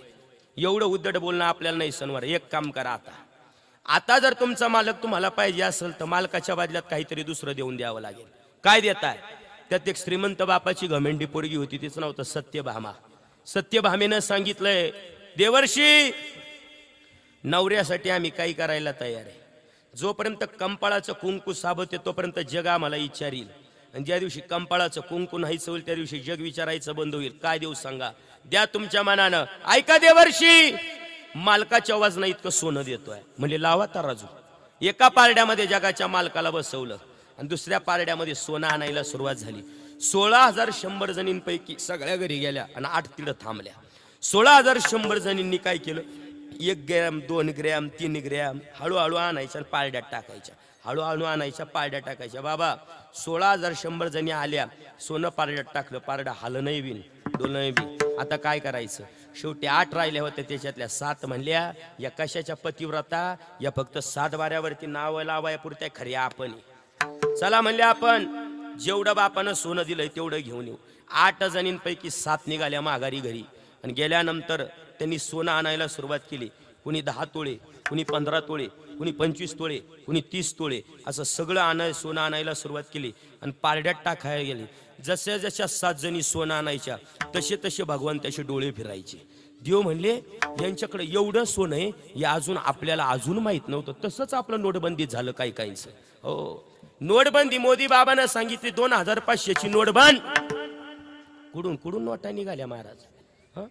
आमच्या इकडे एक बाई आहे, तिनं कोठीमध्ये नोटा ठेवल्या होत्या त्या लुगड्याच्या पाताळात, एकीनं साडीत ठेवल्या होत्या. एक तर त्याच्याही पुढची हुशार होती. तुमचं ते चुला असतं, चुल्याला काय म्हणतात त्या बाजूचं? त्या आवनात घालून ठेवल्या. काय मरायला कोण खात येतं? भगवंताचे डोळे फिरले. भगवंत म्हणे चला आपल्याला सोडवता हे महत्वाचं आहे. 16,107 जणींनी बाबा सोनं आणलं, पारड्यात टाकलं, पण पारडं हलत नाही जगाच्या मालकाचं. त्यामध्ये एक शेवटची पत्नी राहिली होती, तिचं नाव आईसाहेब रुक्मिणी. ए रुक्मिणी, कंपाळाचं कुंकू तुला लागत नाही का? आईसाहेब रुक्मिणींनी सांगितलं तुमच्या 16,107 जणींचं झालं असेल तर आता मी पुढे होते. अगं नवराच आपल्या जगाचा मालक परत आणायचा आहे ना. हे सोनं नाणं काही कामाचं नाही.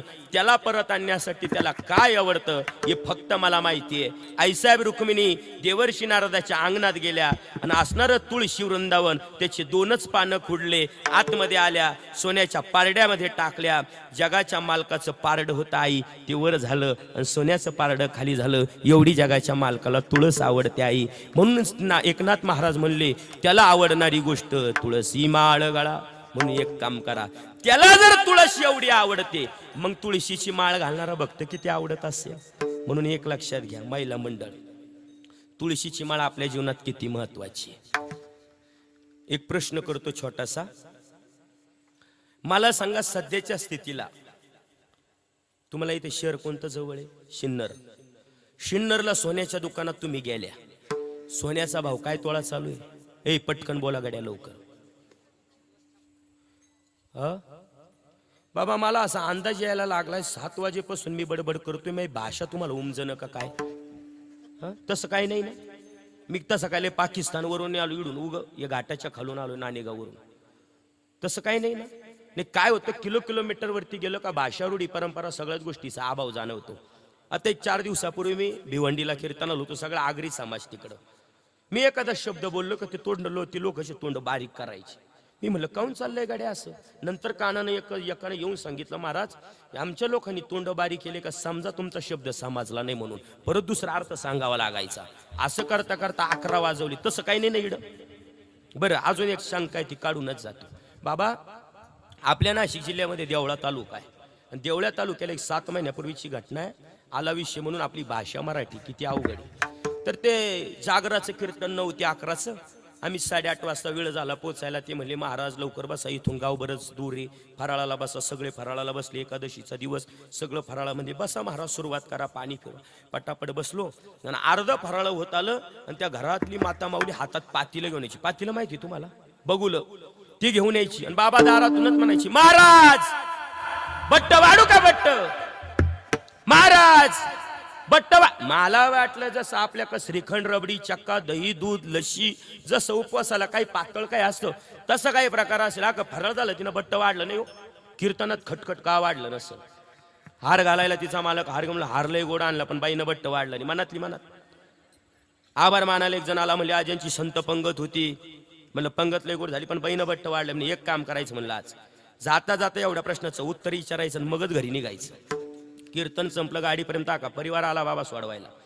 गाडीत बसता बसता म्हणलं, आई मी तुमच्या लेकासारखा आहे, तुम्ही माझ्या आईसारख्या, मला एका प्रश्नाचं उत्तर द्याल. म्हणलं कीर्तन कसं झालं. महाराज लय गोड, पुढच्या वर्षी का आला आम्ही तुम्हाला देणार. मग एवढं गोड जर कीर्तन झालं, मला एका प्रश्नाचं उत्तर द्या. अक फराळ होईपर्यंत तुम्ही दारातूनच म्हणायच्या, महाराज बट्ट वाढू का, बट्ट बट्ट वाढू का, बट्ट बट्ट वाढू. अक फराळ झालं पण तुम्ही बट्ट वाढलं नाही. ती बाई म्हणे, बाबा बोलता की काय, 3-4 वाट्या पेले ना. अहो आपलं शेंगदाण्याचं जिरक म्हणजे त्यांचं बट्ट. भाषा आहे बाबा ही मराठी, म्हणून तसं काही नाही ना इकडं. आता आता आता गाडी रुळावा आली थोडीशी. हा बरं अजून एक सांगतो. थोडंसं आता आमच्या भागातून आहे ना, दारणेला 12 पाणी असल्या, समृद्धी नावाचा हायवे गेल्यामुळं दारणेला पाणी होतच, पण समृद्धी गेल्यामुळं अजून लोक चांगली शहाणी झाली.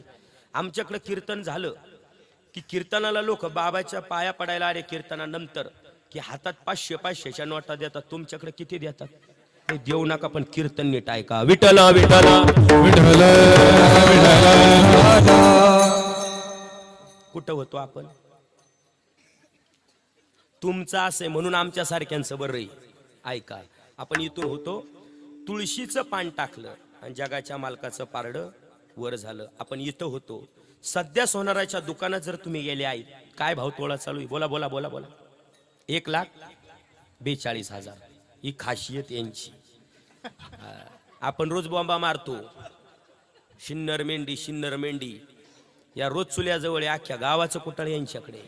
ऐका पुढचं, 1,42,000. ऐकताय ना तुम्ही. नाही बाबा मला हसून खेळून कीर्तन करायची सवय बरं का. चिंतनेने हसून खेळून केलं पाहिजे. काय लोकांच्या डोक्यावरून कोणचा उद्धार व्हायला लागला कीर्तनानं, लोकांचं पार डोकी जाम करायची आपल्याला नाही जमत ते पहिल्यापासून. ऐका आता. त्यांनी सांगितलं 1,42,000 सोन्याचा भाव आहे. आता आपल्या माळकऱ्यांना प्रश्न सगळा, इथं बसलेली सगळे उभे असलेले टाळकरी, शरद महाराज, आकाश महाराज, सचिन महाराज. आळंदी पंढरपूरला आपण आताच कधी वारीला जाऊच. आता वारी आली, त्र्यंबकची आली, उटीची वारी आली. कधी जर आपण वारीला जर गेलो, चांगल्या क्वालिटीची ओरिजिनल तुळशीची माळ जर घेतली तर किती रुपयाला आहे शरद महाराज. काय म्हणणं आहे तुमचं याच्यावर. 500 रुपये. तुमचं म्हणणं आकाश महाराज 500-1000 रुपये चांगल्या क्वालिटीची घेतले तर 1000 रुपयेपर्यंत आहे. ऐका आता. त्यांनी सांगितलं तुळशीची माळ ओरिजिनल. आणि एक लक्षात घ्या, इथं बसलेल्या माळकऱ्यांना थोडीशी माफी मागून बोलतो. 80% माळकऱ्यांच्या गळ्यामध्ये तराट्याच्या माळी आज. ओरिजिनल तुळशीच्या माळी नाही तर हे मी छाती टोकून सांगतो बाबा. का बऱ्याच लोकांना ओरिजिनल तुळशीची माळ कशी ओळखावी हेच माहित नाही. आळंदी पंढरपूरला जर कधी गेलेस तर उगा कुठेही माळी घेत नका जाऊ. आपले लोक एखादी बाई बिना आंघोळीची 10 दिवसापासून माळी किती तिच्या माळी घेतात. माळी घेत असताना एखादा शुद्ध वारकरी बघा, ओरिजिनल तुळशीची माळ 2 रुपयांना महाग असते बाबा, पण ओरिजिनल असते. आणि एक लक्षात घ्या महिला मंडळ, छोटी जी तुळशीची माळ तुम्ही घेतात ती ओरिजिनल आहे का कशी ओळखायची. छोटी म्हणजे कोणती, जी गाळ्यात तुम्ही घालतात पण कोणाला दिसली नाही पाहिजेत तशी. बोटावरती मणी घेतला बाबा, मणी दाबल्यानंतर टचकन फुटला तर समजायचं तुळशीची, आणि बोट फुटलं पण मणी फुटत नाही समजायचं तराट्याची. विठ्ठल म्हणून माळी घालत असताना खात्रीशीर घाला. आता भाव सांगितला सोन्याचा 1,42,000, तुळशीची माळ 1,000 रुपये. आता या दृष्टांतावरती घटना अशी घडली. मेंढी गावामध्ये एक गरीब बापाचं घर होतं आणि त्या गरीब बापाला एकच पोरगी होती. बापानं सांगितलं, पोरी आपल्या घरी जरी गरिबी असेल पण आपल्या वाडवडिलांची रीते, माझ्या वडिलांची मिरासी, आपलं घर वारकरी होतं आणि भविष्यात मला मुलगा जरी नसला तूच माझ्या मुलासारखी, पण एक काम करायचं, इथं गरिबी जरी असली पण गळ्यामध्ये तुळशीची माळ घालायची. आणि बाबा मेंढीतल्या त्या मुलीनं बापाचं ऐकलं आणि बापाच्या घरी माळकरी झाली. कालांतरानं भविष्यात तिचं लग्न झालं आणि ती दुसऱ्या गावात दिली. गावात दिल्यानंतर योगायोगानं तिचं प्रारब्ध बदललं. बाबा एक पोरगा डॉक्टर झाला, एक वकील झाला. दोघही पोरांनी विचार केला, आपल्या आईनं माहेरात फार गरिबी काढली, फार गरिबी सोसली. आई चाल म्हणले शिन्नरला, आता तुला खऱ्या अर्थानं आम्हाला आज काहीतरी गिफ्ट द्यायचंय. आईनं पोरांनी आईला सोन्याच्या दुकानात नेलं. एका पोरानं आईला 5 तोळ्याचा दाग बनवला आणि एका पोरानं 5 तोळ्याचा. असं करता करता दोघांनी 10 तोळ्याचे दाग बनवले. आईनं अंगावरती घातले. हसत हसत आली. 2 दिवसानं होऊ नये पण त्या आईचा मृत्यू झाला. मृत्यू झाल्यानंतर सगळे पाहुणे रावळे गोळा झाले. सगळी रडगाग सुरू झाली आणि बरोबर 9:15 वाजले होते. लोक म्हणजे वेळ भरपूर होत आली. आता आपल्याकडे वेळ नाही, हिला पटकन घराच्या बाहेर काढा. आणि बाबा झालं काय, घराच्या बाहेर काढता काढता जेवढे काही पाहुणे आलेले होते त्याच्यातली एक माऊली पुढे झाली. ती म्हणले, थांबा थांबा, लगेच घराच्या बाहेर काढू नका. आणि घराच्या बाहेर काढता काढता त्या माऊलीनं काय केलं, गळ्यातली तुळशीची माळ काढून घेतली आणि अंगावरचं सोनं म्हणले, जाऊ दे आता बाहेर.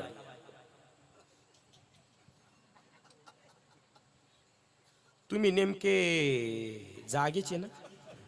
असंच का बाबा तुमच्याकडं? नाही ना? बाहेर काढता काढता तुळशीची माळ तशीच ठेवली, अंगावरचे दाग. मग मला सांगा, माणसाच्या मृत्यूच्या अंतिम क्षणी सोबत येणारी गोष्ट तुळशीची माळ आहे का सोनं आहे? उत्तर मला तुमच्याकडून पाहिजे. तुळशीची माळ आहे का सोनं आहे? मग आपल्या जीवनामध्ये तुळशीची माळ महत्वाची का सोनं महत्वाचं आहे? तुळशीची माळ महत्वाची ना? मग एक काम करायचं, आता कीर्तनाला आलेल्या जेवढ्या माऊल्या एवढ्यानी कीर्तनावरून घरी जाता जाता जेवढं सोनं घातलंय तेवढं दोन्ही चोपदारांकडे द्यायचं, मग घरी जायचं. आता त्यांच्याकच का तर ते उद्या परत देतील. मा कधीला तर मिडायक निवृत्तीनाथांपर्यंत पोच करेल. विठ्ठल विठ्ठल तुळशी माळ गळा. संत म्हणले देवाला आवडणारी दुसरी गोष्ट गोपी चंदन टिळा. बाबा त्याला गोपी चंदन टिळा आवडतो. आता श्लोकासहित माझ्याकडे बसलेले, गंगा यमुना कुठं बसलेला आहे, वैकुंठाचा हरी कुठं बसलेला आहे, कंठाजवळ गंध का आला बाबा, नाभीवरती का आला बाबा, पाठीमागे पाठीला गंध. फार मोठं श्लोकासहित वर्णने. पण मी एकच सांगेल गड्या, सध्या इथं बसलेल्या पोरांना माझी एकच विनंती, कसाही गंध लावा आणि कोणताही लावा, फक्त हिंदू आहे म्हणून प्रत्येकानं कपाळावरती गंध लावा. विठ्ठल विठ्ठल विठ्ठल. वाक्य नीट आहे का? हिंदूच्या दारात 2 गोष्टी कधीच लांड्या नसाव्या. एक हिंदूचं कपाळ लांड नसावं आणि दुसरं हिंदूच्या दारातलं कुत्र लांड नसावं. विठ्ठल विठ्ठल. बऱ्याच हिंदूंच्या दारातले कुत्रे लांडे सध्या शेपटी का आपल्या लोकांनी कुत्र्याच्या, आणि दुसरे काही हिंदूंचे कपाळ लांडे. हे माझी विनंती तुम्हाला, इतका पवित्र धर्म मिळालाय ना आपल्याला जगाच्या पाठीवरती. बाबा कपाळावरती गंध लावण्याचा अधिकार जगाच्या पाठीवरती एकाच धर्मात येतो, म्हणजे आपला हिंदू धर्म. बाबा यानंतर या धर्मात गंध लावण्याचा दुसऱ्या धर्मात अधिकार नाही. बाबा ए माऊल्या, माझी विनंती तुम्हाला, किती पवित्र हिंदू धर्म आहे माहिती का? जगाच्या पाठीवरती एवढा एकमेव हिंदू धर्म आहे का या हिंदू धर्मामध्ये सन्माना डोक्यावरती पदर घेऊन, कंपावरती टिंकली कुंकू लावून सन्मानानं तुम्हाला समाजात फिरण्याचा अधिकार फक्त माझ्या हिंदू धर्मात आहे. दुसऱ्या धर्मामध्ये तुम्हाला बुरखे पांघरावे लागतात आणि मग घराच्या बाहेर फिरावं लागतं. सन्मानानं फिरण्याचा अधिकार जगात तुम्हाला फक्त हिंदू धर्मानं दिलाय. म्हणून माझी विनंती इथं बसलेल्यांना, धर्म आपला टिकला पाहिजे. धर्म संपवण्यासाठी शर्तीचे प्रयत्न चालू आहे सगळ्या. म्हणून एक लक्षात घ्या, तुम्हाला इथं बोलणारे, चरित्र सांगणारे, ज्ञानोबराय तुकोबराय सांगणारे, ओव्या सांगणारे 1000 कीर्तनकार भेटतील, पण धर्मावरती बोलणारे कमी कीर्तनकार आपल्या महाराष्ट्रात आहे. आणि ज्या दिवशी महाराष्ट्रातला प्रत्येक कीर्तनकार आपल्या कीर्तनामध्ये शेवटचे 5 मिनिट हिंदू धर्म सांगेल, त्या दिवशी भारत हे हिंदू राष्ट्र झाल्याशिवाय राहणार नाही. विठ्ठल. माझी विनंती, कपाळाला गण लावीत चला. इथं बसलेल्या माता माऊल्यांनी एक लक्षात घ्यायचं, सकाळी कॉलेजला जात असलेल्या पोरीच्या कपाळाला टिकली असली पाहिजे. तिच्या कपाळाला गंध असला पाहिजे. शाळा जात असलेल्या पोरांनी लक्ष घ्या रे तरुणांनी. आपल्या सकाळी कपाळाला गंध असलाच पाहिजे. कपाळ लांड ठेवू नका उग. का सांगतोय माहिती का? तुमच्या कपाळाचा गंध टिकावा, तुमच्या मंदिरावरचा कळश टिकावा आणि तुमच्या अंगणातली तुळस टिकावा, या करता एका राजाला इथं तब्बल 40 दिवस प्राणाशी झुंज द्यावी लागली. त्या राजाच नाव आहे धर्मवीर छत्रपती संभाजी महाराज. अरे काय होता माझा राजा? सिंहाच्या जबड्यात घालून मुजीन दात ही जात मराठ्याची म्हणणारा धर्मवीर शंभू राजा. पण शंभू राजाला औरंग्यानं कैद केलं. औरंग्यानं सांगितलं संभाजी सिर्फ इतना ही बोल, मैं हिंदू नहीं, मैं इस्लाम कबूल कर छोड़ दूंगा तुझे. औरंग्यानं सांगितलं अरे ये लखुजीराव जाधवाचं रक्त आहे, हे सिंदखेड राजा लखुजीराव जाधवाचं आहे, हे भोसल्यांचं रक्त आहे. मरणी मरेल पण महाराष्ट्राच्या माती करता धर्म सोडणार नाही औरंग्या. हे औरंग्या हिंदू म्हणून मरेल पण इस्लाम स्वीकारणार नाही, हिंदू धर्म सोडणार नाही, धर्म स्वीकारत नाही. म्हणून हातात साखळदंड आहे, पायात साखळदंड आहे, फक्त इस्लाम कबूल करत नाही. त्या औरंग्याला माझ्या धर्मवीर शंभू राजाच्या प्रत्येक बोटापासून एक एक नग बाजूला केलं तरी धर्म सोडला नाही. संभाजी वक्त गया नाही, सिर्फ हिंदू नाही, इतना ही बोल, छोड़ दूंगा तुझे, इस्लाम कबूल कर. हे औरंग्या, अरे हे शिवाजी राजाचं रक्त आहे, धर्म सोडणार नाही, महाराष्ट्राच्या माती करतात, धर्म सोडत नाही. म्हणून बाबा तापलेल्या लाल बुंद सळया केल्या, माझ्या धर्मवीर शंभू राजाच्या डोळ्यात घातल्या, राजाचे डोळे काढले तरी माझा राजा धर्म बदलत नाही. संभाजी वक्त गया नहीं, सिर्फ हिंदू नहीं, इतना ही बोल, इस्लाम कबूल कर, छोड़ दूंगा तुझे, धर्म सोडत नाही. संभाजी राजाने सांगितलं औरंग्या धर्म सोडणार नाही, धर्म सोडत नाही. म्हणून आता तलवार घेतली, तलवारीनं हात कापले माझ्या राजाचे, पाय कापले तरी माझ्या राजाने पवित्र धर्म सोडला नाही. बाबा संभाजी वक्त गया नहीं, सिर्फ इस्लाम कबूल कर, सिर्फ इतना ही बोल, मैं हिंदू नहीं, छोड़ दूंगा तुझे. महाराष्ट्राच्या मातीमध्ये जन्माला आलोय, भोसल्यांचं रक्त आहे, मरत असताना महाराष्ट्राच्या माती करता हिंदू म्हणून जन्माला आलोय. हिंदू म्हणून म्हणला औरंग्या धर्म सोडणार नाही, धर्म सोडत नाही. म्हणून औरंग्याला अखेर अमावस्येचा दिवस आहे, पाडव्याचा आदला दिवस आहे, हिंदूचं नववर्ष सुरू होत आहे. त्यानं संधी साधली आणि माझ्या धर्मवीर शंभू राजाच्या शरीराचे 100 तुकडे केले. माझा राजा महाराष्ट्राच्या माती करतात मरणी वेला, पण माझ्या राजानं पवित्र हिंदू धर्म सोडला नाही. त्या हिंदू धर्मामध्ये जन्माला आलेली आम्ही सगळे हिंदू. माझी विनंती तुम्हाला, बाजारातून खरेदी करत असताना माझ्या राजाला दिलेला डोळ्यापुढे त्रास आणा. माझ्या राजाच्या एक बोटापासून केलेलं नख बाजूला करत असताना माझ्या राजाला झालेला त्रास डोळ्यापुढे आणा. माझ्या राजाच्या अंगावरती 100 तलवारीची वार झाल्यानंतर रोज मीठ पाण्याचा मारा फेकला जात होता. बाबा का? तुमच्या मंदिरावरचा कळश टिकावा, तुमच्या मंदिराचा पुढे असणारी तुळस टिकावी, तुमच्या कपाळावरचा गण टिकावा, याकरता त्या राजानं 40 दिवस झुंज दिली बाबा प्राणाशी. मग एवढ्या पवित्र हिंदू धर्मात इथं जन्माला आलेल्या भगिनींना माझी विनंती रे, या हिंदू धर्मासारखा पवित्र हिंदू या जगात नाही. पुरीओ एक भाऊ म्हणून सांगतोय, ऐका ग. सध्याच्या स्थितीला आपल्या हिंदू धर्मामध्ये एक मोठं रॅकेट सोडलं जात आहे, लव जिहाद नाव त्याचं. पुरींना माझी विनंती, तुमच्या भावाच्या प्रमाणे भावा म्हणून सांगतो, बहीण म्हणून ऐका. पुरीओ सध्या आपला धर्म संपवण्यासाठी तुम्हाला जाळ्यात ओढलं जात आहे. सध्याच्या स्थितीला इतकं तुम्हाला प्रेमात अटकवलं जातं. आमच्या हिंदूची पोरगी म्हणतीये, माझा भाऊ मला जेवढा जीव लावत नाही तेवढा या धर्मातला पोरगा खऱ्या अर्थाने जीव लावतोय. एक लक्षात घ्या, रावणही आधी साधूच भगवं पांघरून आला होता, पण शेवटी त्यानं त्याची लायकी दाखवली. तसं हे पहिले रावणासारखंच वागतात. पहिलं इतकं गोड वागतात तुमच्याशी, इतकं गोड वागतात, नंतर खऱ्या अर्थानं तुमचा घात केल्याशिवाय राहत नाही. हीच घडलेली घटना संभाजीनगरचा जिल्हा आहे आपल्या महाराष्ट्रामध्ये. त्या संभाजीनगरला घडलेली घटना, एक श्रद्धा नावाची पोरगी आहे. श्रद्धा नावाच्या पोरगीनं बाबा माय बापाच्या विरोधात जाऊन लव जिहाद केलं, कोर्टात गेली. आई बापानं सांगितलं, पुरी विनंती, नको लग्न करू, तो आपल्या धर्माचा नाही. तिनं आई बापावरती गुन्हा दाखल केला की माझ्या माय बापाचा माझ्या लग्नाला विरोध आहे, पण ज्याच्याशी लग्न करायचंय तो मला मान्य आहे. आई बापावरती गुन्हा दाखल केला बाबा, आणि त्या जिहादी कुत्र्याशी तिनं लग्न केलं. लग्न करत असताना सोबत निघून गेली संभाजीनगर वरून. संभाजीनगर वरून निघून गेल्यानंतर 6 महिने झाले. 6 महिन्यानं नियम असा आहे, कोर्ट मॅरेज पक्क होत असतं. कोर्ट मॅरेज पक्क झालं तोपर्यंत चांगला राहिला. नंतर त्याच नराधामानं तिला सांगितलं तू इस्लाम कबूल केलाय, माझा धर्म स्वीकारलाय, आमच्या धर्माचा नियम आहे. आमच्या धर्मात आलं की गाईचं मांस खावं लागतं, गाईचं मटण खावं लागतं. तिनं सांगितलं मी लग्न केलं इथपर्यंत बरोबर होतं, पण मी गाईचं मांस खाणार नाही. मी माझ्या धर्मामधून तुझ्या धर्मात आली इथपर्यंत मान्य होतं, पण ज्या हिंदू धर्मामध्ये गाईला माता मानलं जातं तिचं मांस खाणार नाही. जे करायचं असेल ते कर. ऐका पुरी हो, एक भाऊ म्हणून सांग नाही ग तुम्हाला. त्या जहादी कुत्र्यानं फक्त तिनं गाईचं मांस खाल्लं नाही, म्हणून त्या जहादी कुत्र्यानं श्रद्धा नावाची पोरगी तलवारीनं तिला टरा टरा फाडलं.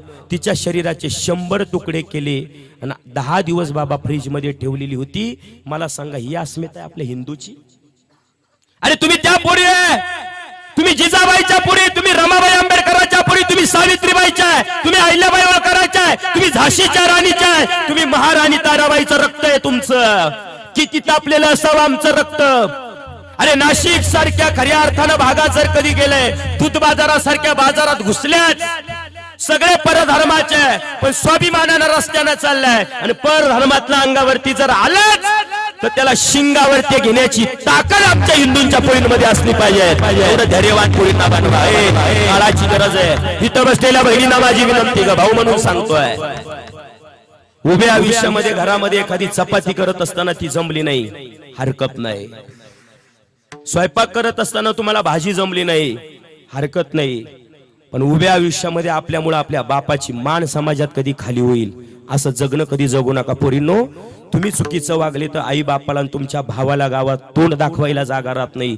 एक भाऊ म्हणून सांगणंय तुम्हाला, फसू नका प्रेमाच्या जाळ्यात. प्रेम हे प्रेम असतं. अरे प्रेमच करायचंय, करा भगवान श्रीकृष्ण सारखं प्रेम, करा मीराबाई सारखं प्रेम. काय हलकट प्रेमाची व्याख्या करून टाकली लोकांनी. माझी एक विनंती, प्रेमामध्ये लेवल असली पाहिजेत बाबा. हो, तो जरी इंजिनियर असेल तर त्यानं इंजिनियरच पोरगी पाहिली पाहिजे. ती जर इंजिनियर असेल तर तिने विचार केला पाहिजेत मी इंजिनियरच पोरगा पाहिला पाहिजेत. ही इंजिनिअरिंग करतीन ते गाड्या धुतय तिकडं. काय प्रेमाचा दर्जा ठेवला तुम्ही? माझी एक विनंती पोरींना एक भाऊ म्हणून सांगणं ग, अजिबात नाही.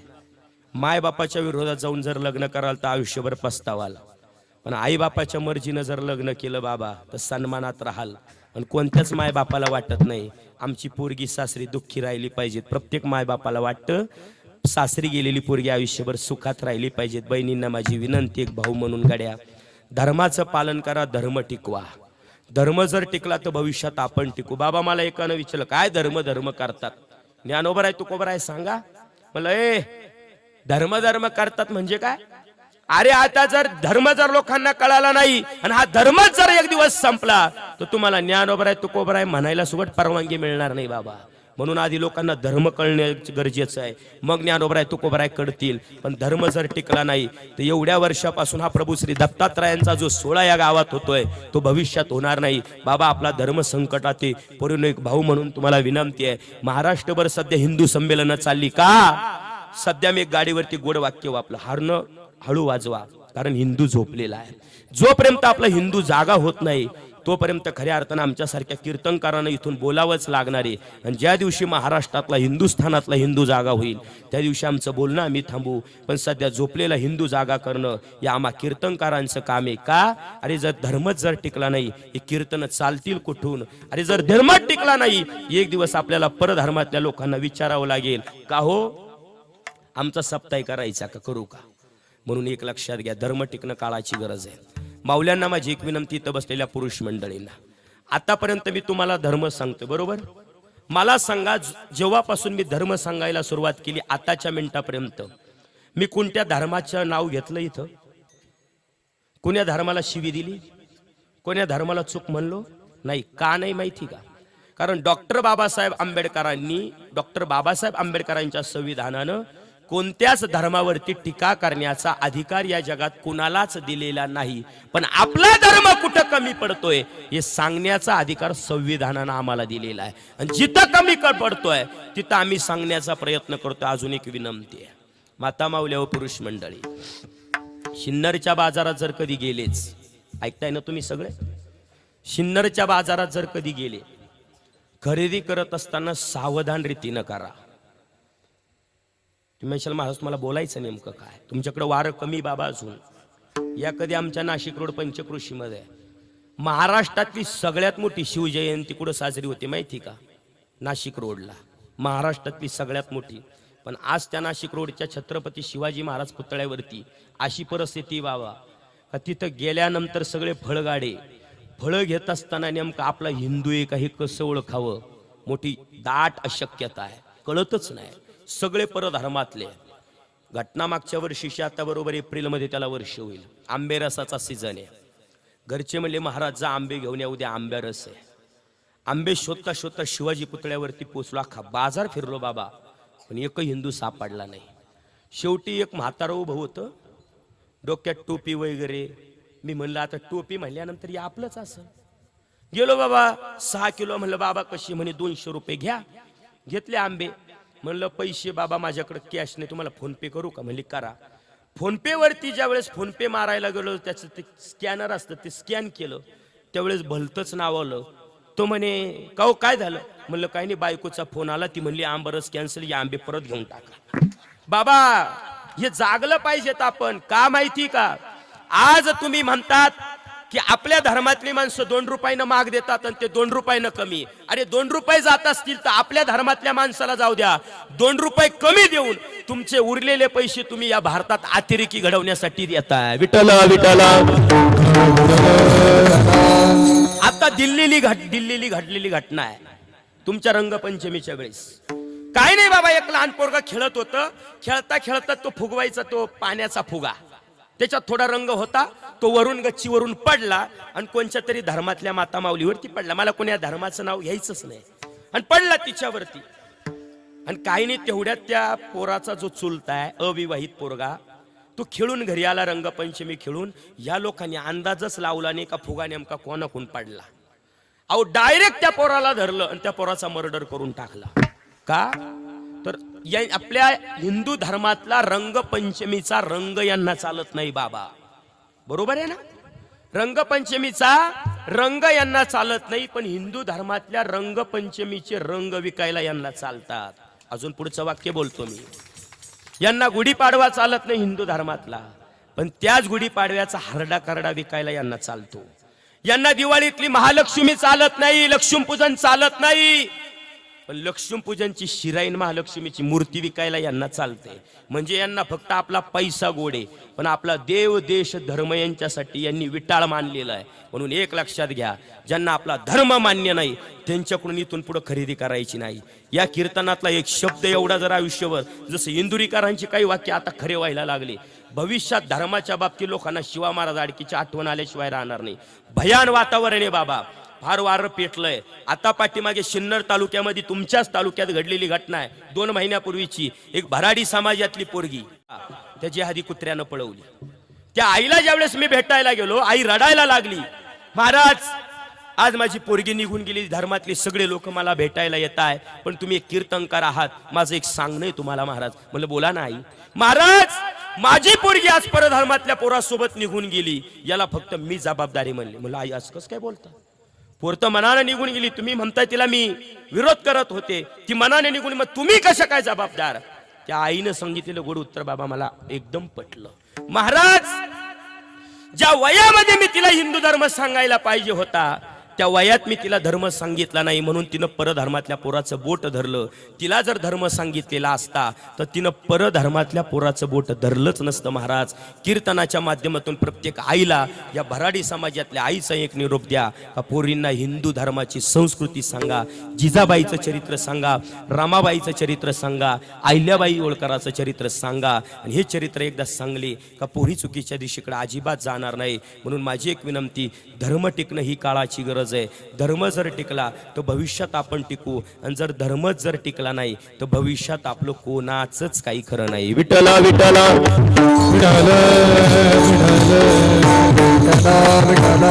बाबा, हिंदू धर्म संपवण्यासाठी सगळीकडून प्रयत्न आहे. सांगू किती प्रयत्न आहे? इथं 1-2च सांगितले मी. लव जिहाद 1, गो हत्या 2, लँड जिहाद म्हणजे तुमच्या जमिनी बळकवणं 3, 4, आपल्या हिंदू धर्मातले किन्नर त्यांच्या धर्मात ओढले जात आहे. आता मागे सिन्नर तालुक्यातलीच घडली घटना. 4-5वं जिहाद आजच बाहेर आलं. काहीतरी नाशिकमध्ये येसो कंपनी आहे.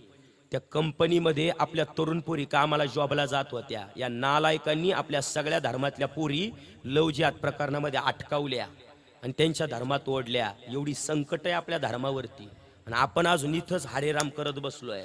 आता प्रत्येक हिंदूनं जागं होणं गरजेचं आहे. मी म्हणतो येणाऱ्या रामनवमीला आणि येणाऱ्या हनुमान जयंतीला छत्रपती शिवाजी महाराजांची जयंती आपण जशी साजरी करतो तसे उत्सव हनुमान जयंतीचे आणि रामनवमीचे झाले पाहिजेत. आणि येणाऱ्या छत्रपती शिवाजी महाराजांच्या जयंतीला मी तर म्हणतो सरकारनं आता तिळगुळ वाटप करण्यापेक्षा तलवारींचं वाटप केलं पाहिजे. विठ्ठल विठ्ठल.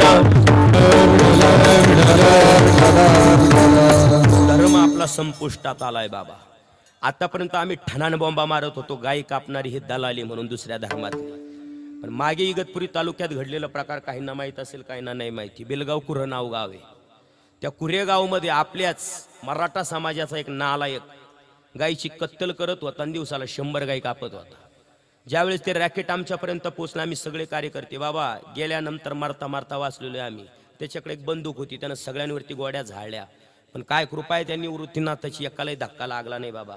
गोळ्या संपल्यानंतर सगळ्या कार्यकर्त्यांनी त्याला धरून बेदाम मारलं. पोलिसांना बातमी कळाली 80 गायी ट्रकमध्ये भरलेल्या होत्या आणि 20 कापलेल्या होत्या बाबा. कशा कापल्या होत्या? गायी कापत असतानाचं ते रॅकेट आम्ही त्या कॅमेऱ्यात पाहिलं. गायी कापत असताना तुमचं झाडं कापायचं जे कट्ट्यारा असतं का ते चरचर चरचर चरचर गायीवरून फिरत होतं आणि गायीच्या अंगातून रक्ताच्या थारोळ्या अशा चिळकांड्या उडत होत्या. मला सांगा बाबा गायी कापत असताना त्या गायीचा आत्मा काय म्हणत असेल, काय म्हणत असेल, काय म्हणत असेल.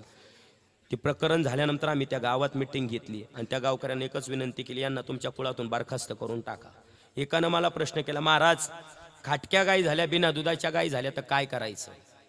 त्याला म्हणलं अरे हाच प्रश्न कधी दुसऱ्या बाबतीत केला का? आई म्हातारी झाल्यानंतर तिचं काय करायचं? अरे जसं आई म्हातारी झाल्यानंतर शेवटच्या श्वासापर्यंत आम्ही तिला सांभाळतो तशी गाई म्हातारी झाल्यानंतर तिला शेवटच्या श्वासापर्यंत सांभाळणं ही शेतकरी राजाची जबाबदारी आहे. आईचे ज्या दिवशी दूध बंद होतं त्या दिवसापासून तर मरेपर्यंत गाईचं दूध आम्हाला चालू आहे. जेवढे आईचे उपकार नाही तेवढे गाईचे. ठीक आहे, ज्या शेतकऱ्यांचं म्हणणं आहे गाई सांभाळणं शक्य नाही, चारा नाही, पाणी नाही, एक काम करा, आपल्या नाशिक जिल्ह्यात अशा काही गोशाळा आहे जिथं खाटक्या गाई सांभाळल्या जातात. फक्त नेऊन पोचवणं ही जबाबदारी तुमची. पण 70-80 हजाराकरता जर तुम्ही कसायला गाई विकत असाल तर एक लक्षात द्या, तुमच्या घरात आलेली 70-80 हजार रुपये तुमच्या 7 पिढ्यांना सुखाचं जीवन कधी जगू देणार नाही. एवढा गोमातेचा तळतळाट मोठा आहे बाबा. म्हणून माझी एक विनंती. मला एकानं प्रश्न केला महाराज शेतकरी आज संकटात आहे. मला 100% याला दोषी सरकार आहे. पण दुसरं कारण बाबा आज शेतकऱ्याच्या मालाला भाव भेटणं याच्या पाठीमागं सगळ्यात मोठा शेतकऱ्याला शाप म्हणजे गोमातेचा आहे. हो, म्हणून माझी एक विनंती दादा, गाई सांभाळता येत नसेल तर सांभाळू नका, पण त्या कसायाला खाटकाला विकू नका दादा. हो, थोडंसं पायाला खरचटलं तर किती वेदना होतात. मग त्या गोमातेच्या अंगावरून जर ती खऱ्या अर्थानं जर ती कट्टर ओढली जात असेल, काय तिचा आत्मा म्हणत असेल. माझी एक विनंती, हा अवकाळी पाऊस कधी यायला लागला, काही घटना व्हायला लागल्या, हा गोमातेचा लागलेला कलियुगाला शाप आहे. गायीची सेवा करता येत नसेल तर करू नका, पण ती गायी कसायाला विकू नका. म्हणून सर्वांनी धर्माचं पालन करा. विठ्ठल विठ्ठल. महाराज म्हणले हृदयी कळवळा वैष्णवांचा आणि देवाला आवडणाऱ्या 2 गोष्टी आषाढी कार्तिकी पंढरीची वारी साधन निर्धारी आन नाही. आणि महाराज म्हणले त्या देवाला ह्या 2 गोष्टी आवडतात. महाराजांनी इथंच नाही पुरावा दिला, अजून एक पुरावा दिला. काय? आषाढी कार्तिकी तुझ्या गोंधळाची दाटी हो, आषाढी कार्तिकी तुझ्या गोंधळाची दाटी हो, आषाढी कार्तिकी तुझ्या गोंधळाची दाटी हो, आषाढी कार्तिकी तुझ्या गोंधळाची दाटी हो. कुंडली कधी वाटा शोभे वाळवंटी हो, कुंडली कधी वाटा शोभे वाळवंटी हो, कुंडली कधी वाटा शोभे वाळवंटी हो, कुंडली कधी वाटा शोभे वाळवंटी हो. एका जनार्दनी अंबा उभी कर ठेवली कटी हो,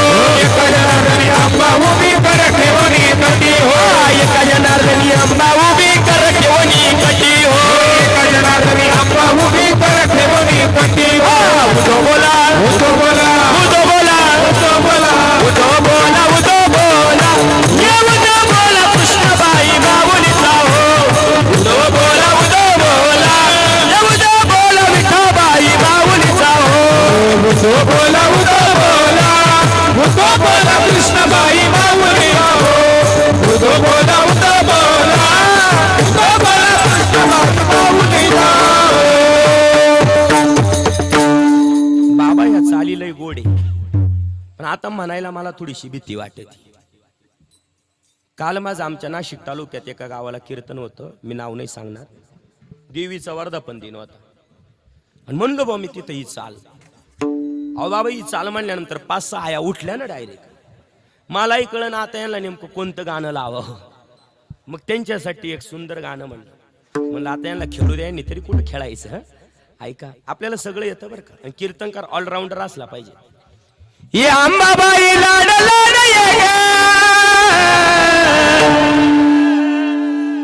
ये अंबाबाई लाड लाड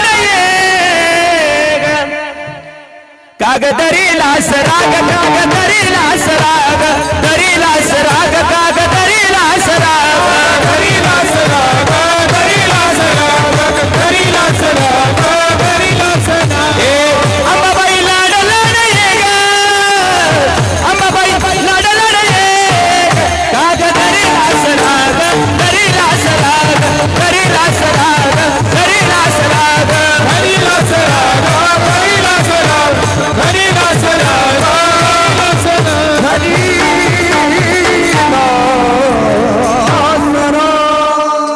अजून म्हणलो असतो पण उगा उद्याचं भांडवल चोरल्यासारखं होईल, त्याच्यामुळे नको गड्या. उद्या सगळं ऐकायला मिळेल. घुमायचे प्रकार किती कसं अंगात येतं, किती प्रकार सगळं ऐकायला मिळेल. उद्याचं कीर्तन लई गोडे. उद्या अजून संख्येन या बरं का. उद्या छत्रपती आई अंबाबाई सगळे कीर्तनात येणार आहे. त्याच्यामुळं आजचा बाबा थोडा मिडियम आहे, उद्याचा बाबा थोडा दंडम आहे. हा हा म्हणून लोक आम्हाला जावळे रावळेच म्हणतात. हो ऐका, चांगलं उद्याचं कीर्तन गोडे सगळ्यांनी या बरं का. छत्रपतींचं चरित्र उद्या बाबा पोवड्याच्या माध्यमातून ऐकायला मिळेल. म्हणून एका जनार्दनी आईसा ज्याचा नेम तो देवा परम झालेली सेवा समर्पित करत असताना पुन्हा एकदा आलेला हा सेवेचा योग. या पंचकृषीचं वैभव हरिभक्त आदरणीय आमचे जीवलग मित्र मोठे बंधू राहुल महाराज डोंबरे यांच्या माध्यमातून हा सेवेचा योग आला. जाता जाता एक निमंत्रण आपल्या पुढे ठेवतो. येत्या 13 तारखेला आपल्या विश्वगुरु श्री संत श्रेष्ठ निवृत्तीनाथ महाराजांचा ओटीचा वारीचा सोहळा आहे. या ओटीच्या वारीला सगळ्या वारकऱ्यांनी संध्याकाळी या. आता ओटीची वारी म्हणजे नेमकं काय, तर जसं आता सध्या उन्हाळ्याचे दिवस सुरू झाले, आपल्याला थोडंसं गरम झालं की आपण फॅन लावतो, AC लावतो, कूलर लावतो, थोडं फॅन खाली जाऊन बसतो किंवा गार पाण्यानं आंघोळ करतो, गार पाणी पितो. तसं श्रीमान निवृत्तीनाथांना उष्णतेचा दाह उन्हाळ्यात होऊ नये याकरता थंडवा गारवा निर्माण होण्याकरता निवृत्तीनाथांच्या समाधीला चंदनाची उटी लावली जाते आणि त्याला उटीची वारी म्हणतात.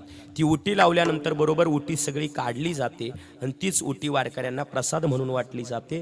त्या उटीच्या वारीला सगळ्यांनी या. खऱ्या अर्थानं आपल्या नाशिक जिल्ह्याचं भाग्य इतकं मोठं आहे बाबा. आत्ताच एक 10-15 दिवसापूर्वी आलेली गोड बातमी. आम्हाला आतापर्यंत वाटत होतं की आळंदीचं जसं संस्थान आहे देहूचे तसे आपल्या निवृत्तीनाथांचं झालं पाहिजेत, ही आमची तळमळ होती. आणि मागल्या काळात मला तरी वाटतं मेंढी गावामध्ये मी कीर्तन केलं, त्यावेळेस निवृत्तीनाथांची वर्गणी मागितली होती आणि बऱ्याच लोकांनी दिली. रितसर पावती मी लोकांना दिली आणि एक पावती संस्थांकडे जमा केली. अशी वैयक्तिक माझ्या कीर्तनाच्या माध्यमातून 11 लाख रुपये एका वर्षात गोळा केले बाबा. संस्थांच्या तत्कालीन अध्यक्षा कांचनताई जगताप होत्या. त्या काळामध्ये आम्ही 3 कीर्तनकारांनी फक्त जोर लावला होता. 3 कीर्तनकारांनी जोर लावला. मी म्हणतो अख्खा जिल्हा जर भेटला असता तर निवृत्तीनाथांचं मंदिर सोन्याचं झालं असतं. पण सध्या काय माहिती का, काही कीर्तनकारांना फक्त प्रपंच म्हणजे कीर्तन, पण आमचं तसं नाही. मी धर्माचंही काम करतो. जिकडं कधी कोणी सांगितलं महाराज या मंदिराचं काम करायचं तेवढी वर्गणी गोळा करा. श्रीमान निवृत्तीनाथांच्या जीर्णोद्धार समितीवरती काम करत असताना आम्ही 3 कीर्तनकारांनी एका वर्षात, त्यामध्ये संस्थांच्या तत्कालीन अध्यक्षा कांचनताई जगताप, दुसरे तुमच्यात निफाड तालुक्यातले राहुल महाराज खालकर भेंडाळीकर आणि तिसरे आम्ही 3 कीर्तनकारांनी बाबा 1 वर्षामध्ये आम्ही 60 लाख रुपये निवृत्तीनाथांना पोहोचवले. पण पुन्हा विचार केला की हे 10-20 रुपये 100 रुपये 50च्या पावत्या किती दिवस चालणार. म्हणून आमच्या देवळाली मतदारसंघ आहे नाशिक तालुक्यामध्ये, त्याच्या आमदार सरोजताई आयरे अजित पवार गटाच्या आहेत त्या गड्याळाच्या. त्यांना आम्ही सांगितलं ताई वारकरी म्हणून कधीच काही मागितलं नाही, पण एक मागणी आता निवृत्तीनाथांकरता भरदस्त काहीतरी द्या. त्यांनी सांगितलं महाराज निवृत्तीनाथ हे त्र्यंबकेश्वर इगतपुरी मतदारसंघात आहे, माझ्या मतदारसंघात नाही. म्हणलं ताई निवृत्तीनाथ जरी तुमच्या मतदारसंघात नसतील पण तुम्हाला मतदान करणारे निवृत्तीनाथांचे वारकरी ह्याच मतदारसंघातले द्यावं लागेल. आणि ऐकलं बाई नाही, प्रत्येक अधिवेशनामध्ये निवृत्तीनाथांचा विषय हाताळला. तत्कालीन उपमुख्यमंत्री सन्मान्य अजितदादा पवार होते. अजितदादाच्या जाण्यानं महाराष्ट्राचं फार मोठं नुकसान झालं बाबा. मी राजकारण म्हणून नाही बोलत, आम्हाला कीर्तनकारांना राजकारण महत्त्वाचं नाही, आम्हाला माणसं महत्त्वाची असतात. आणि त्या संपूर्ण निवृत्तीनाथांच्या कामाचा पाठपुरावा अजितदादा करत होते. मागे शिर्डीला जे अधिवेशन झालं त्यांच्या पक्षाचं, तिथेही आम्ही दादांना भेटलो. दादा म्हणले अजित दादाचा वादा पक्का असतो, शब्दात कधी बदल होत नाही, देणार म्हणजे देणार. आणि मागल्या काळात दुर्दैवी निधन झालं. आम्ही वारकऱ्यांनी आशा सोडून दिली होती का आता अजित दादा गेले, आपल्या निवृत्तीनाथांचा फॉलोअप कोणीच घेणार नाही आणि काहीच निधी येणार नाही.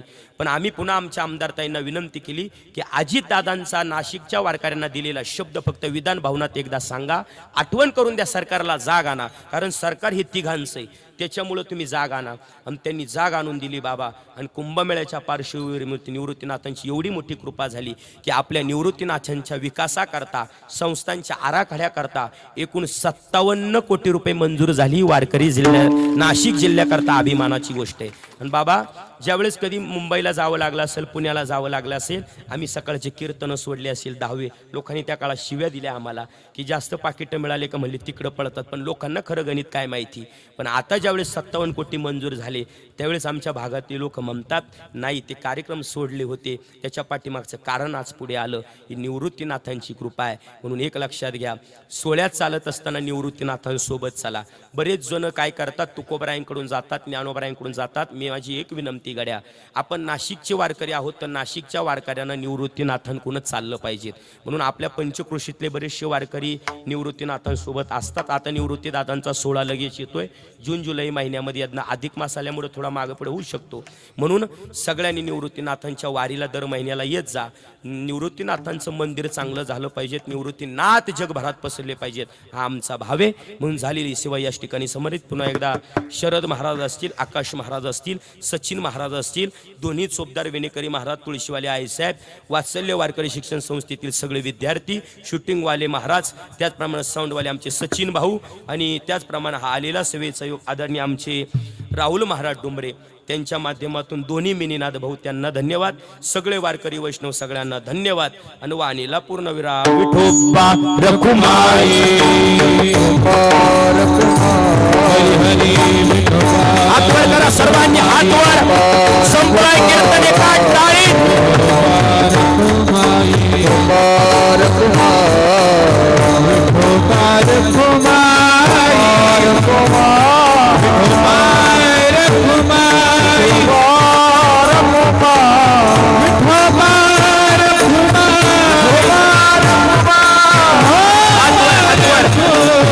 देवाचं भजन झालंय, आता नाशिकच्या परंपरेनुसार निवृत्तीनाथाचं भजन होईल. निवृत्तीनाथाचं, निवृत्ती